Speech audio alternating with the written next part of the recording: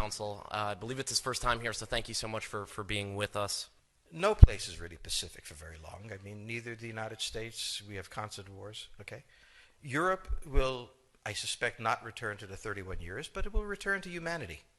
They will have their wars, they will have their peace, they will live their lives.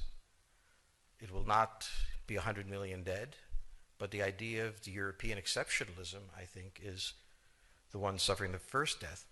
There will be conflict. There was conflict in Yugoslavia, and there's certainly conflict now in Ukraine. As to the relationship to the United States, we no longer have a relationship with Europe. We have a relationship with Romania, we have a relationship with France. There is no Europe to have a relationship with. Yes, the gentleman in the fourth row over here. Excuse me. By the way, I'm a subscriber.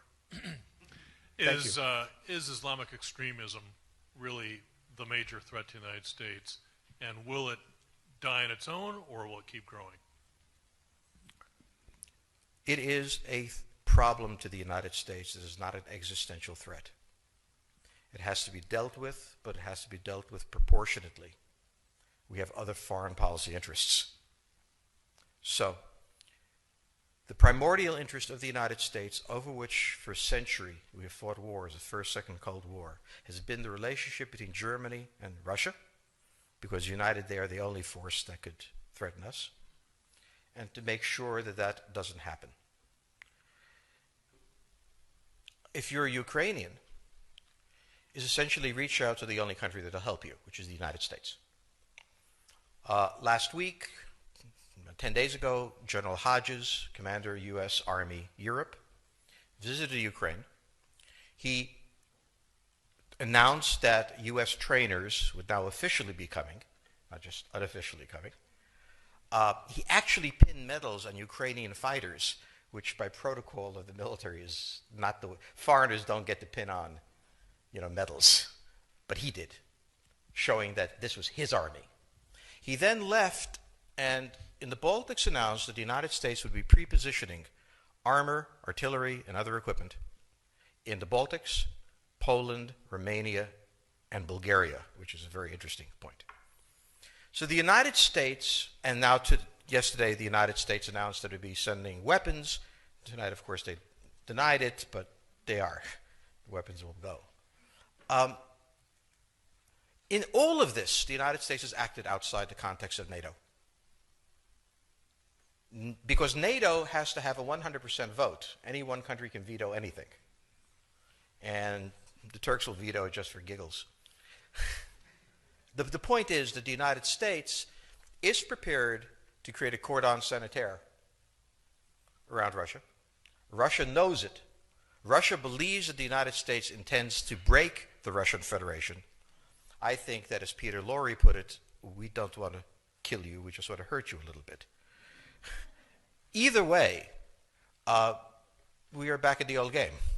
And if you go ask a Pole or a Hungarian or a Romanian, they live in a totally different universe from a German. And they live in a totally different universe from a Spaniard. So there is no commonality in Europe. But if I were a Ukrainian, I would do exactly what they're doing. Try to draw the Americans in. All right, next question, please. The United States has a fundamental interest. It controls all the oceans of the world. No power has ever done that. Because of that, we get to invade people and they don't get to invade us. It's a very nice thing. Maintaining control of the sea and control of space is the foundation of our power. The best way to defeat an enemy fleet is to not let it be built. The way the British managed to make certain that no European power could build a fleet was to make sure the Europeans were at each other's throats. The policy that I would recommend is the one that Ronald Reagan adopted toward Iran and Iraq. He funded both sides so they would fight each other and not fight us. This was cynical. It was certainly not moral. It worked. And this is the point. The United States cannot occupy Eurasia. The moment the first boot sets the ground, the demographic differential is we are totally outnumbered. We can defeat an army. We cannot occupy Iraq.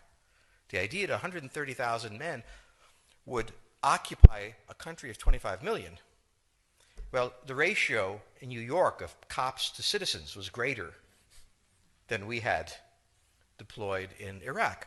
So we don't have the ability to go across, but we do have the ability to, first, support various contending powers so they concentrate in themselves with political support, some economic support, military support, advisors, and in extremis, do what we did in Japan, in Vietnam, in Iraq, and in Afghanistan, spoiling attacks. The spoiling attack is not intended to defeat the enemy. It's intended to throw him off balance.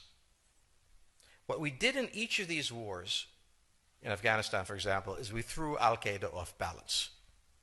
The problem we have, since we're young and stupid, is that having thrown them off balance, instead of saying, okay, job well done, let's go home, we said, well, that was easy. Why don't we build a democracy here? This was the moment of dementia that came in. The answer, therefore, is the United States cannot constantly be intervening throughout Eurasia. It must be selectively intervening and very rarely. That is the extreme moment. We cannot, as the first step, send American troops.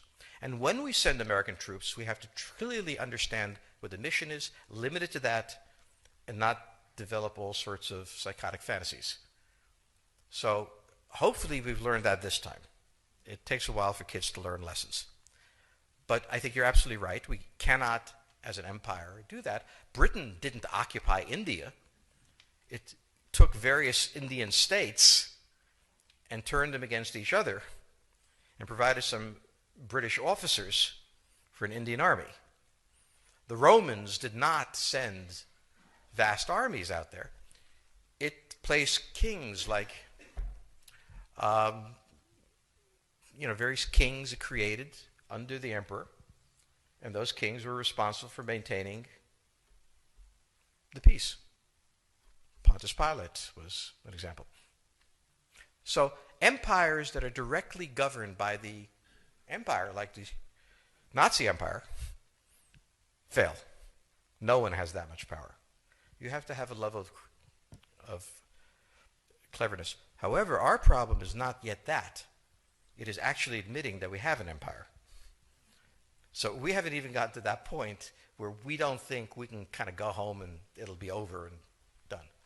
And so we're not even ready for chapter 3 of the book. Next question, please. Yes, the gentleman right here in the fourth row.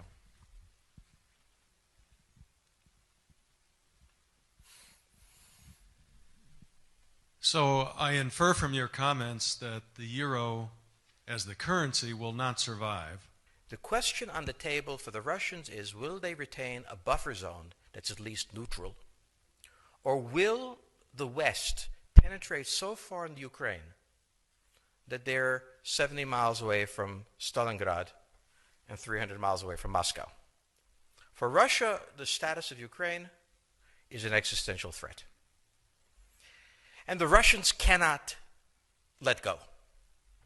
For the United States, in the event that Russia holds onto the Ukraine, where will it stop? Therefore, it's not an accident that General Hodges, who's been appointed to be blamed for all of this, is talking about prepositioning troops in Romania, Bulgaria, Poland, and the Baltics.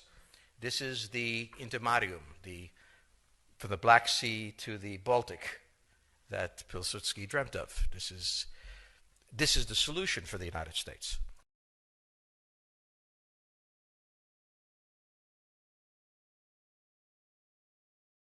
The issue to which we don't have the answer is, what will Germany do? So the real wild card in Europe is that as the United States builds this cordon sanitaire, not in Ukraine, but to the west, and the Russians try to figure out how to leverage the Ukrainians out, we don't know the German position. Germany is in a very peculiar position. Its former Chancellor, Gerhard Schroeder, is on the board of Gazprom.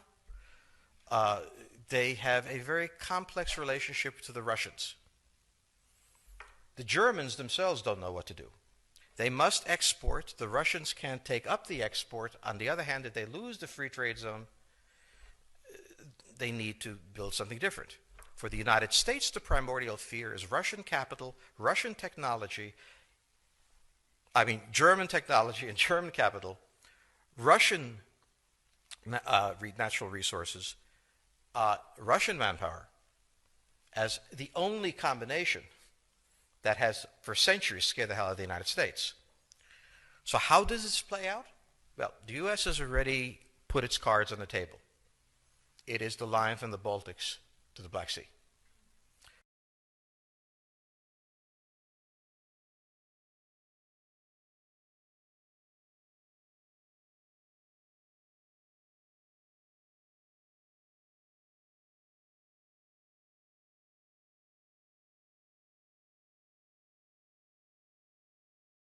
For the Russians, their cards have always been on the table.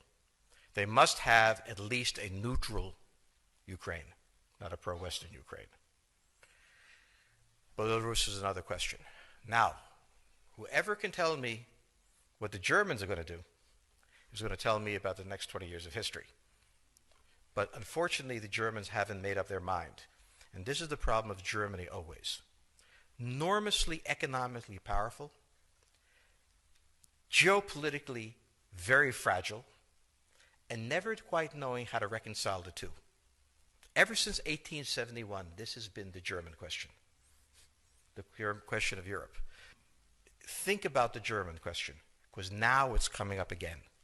That's the next question that we have to address. And we don't know how to address it. We don't know what they're going to do. And unfortunately, that's all we have time for this evening.